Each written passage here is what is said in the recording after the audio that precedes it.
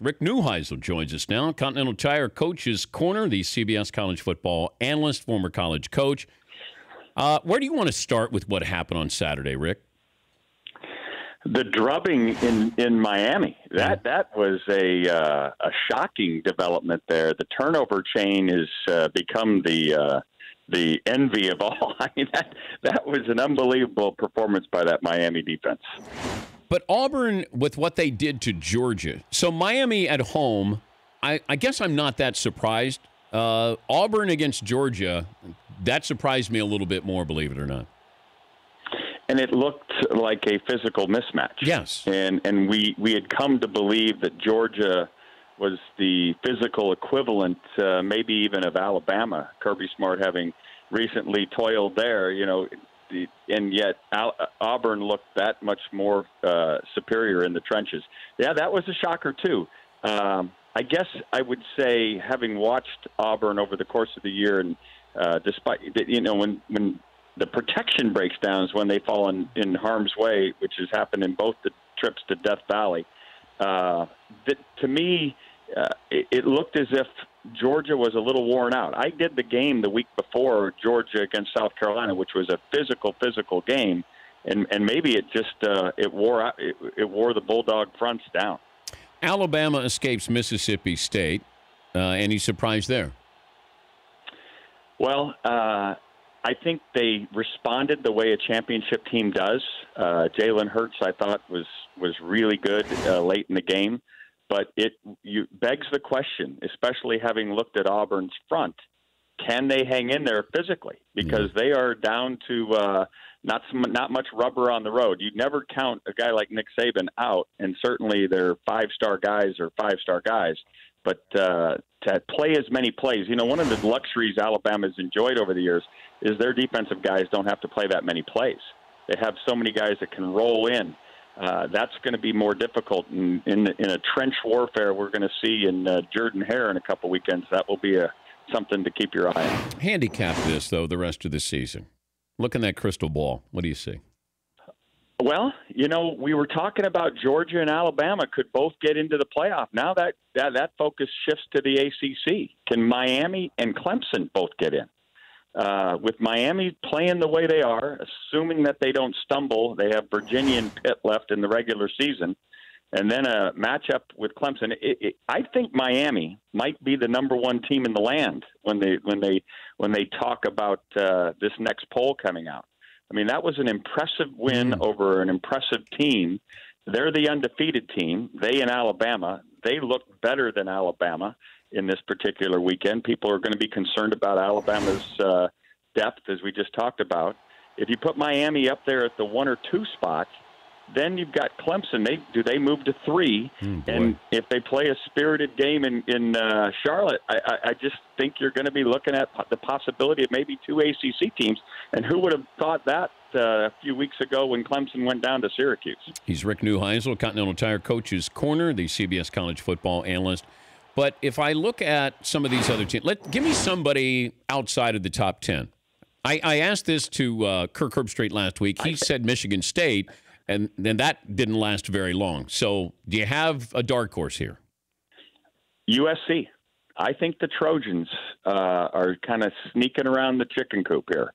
They have found a way. Now, we saw what happens when you take one on the Virginia Tech, for instance, was kind of that dark horse, that sexy dark horse a few weeks ago. They get one on the chin by Miami, and then they stumble again. Georgia Tech getting them this last week. USC took one on the chin in South Bend, and it was a game that everybody thought Arizona State was gonna get them. They had them in the desert. They had them wounded, and they went there and played maybe their best football game, and have played terrifically. They clinched the South. They're going to get a chance to finish off the Bruins this week. Then they go and get a week off before the championship game. If they play well against whether it's Washington State, Stanford, or Washington, if they whip them, I wouldn't be surprised for them to get a lot of favor and maybe slide into that 4 spot. You know the quarterbacking position as well as anybody. You were a quarterback coach in the NFL and, of course, played the position. Give me a pro assessment of Baker Mayfield, who joins us in the final hour today.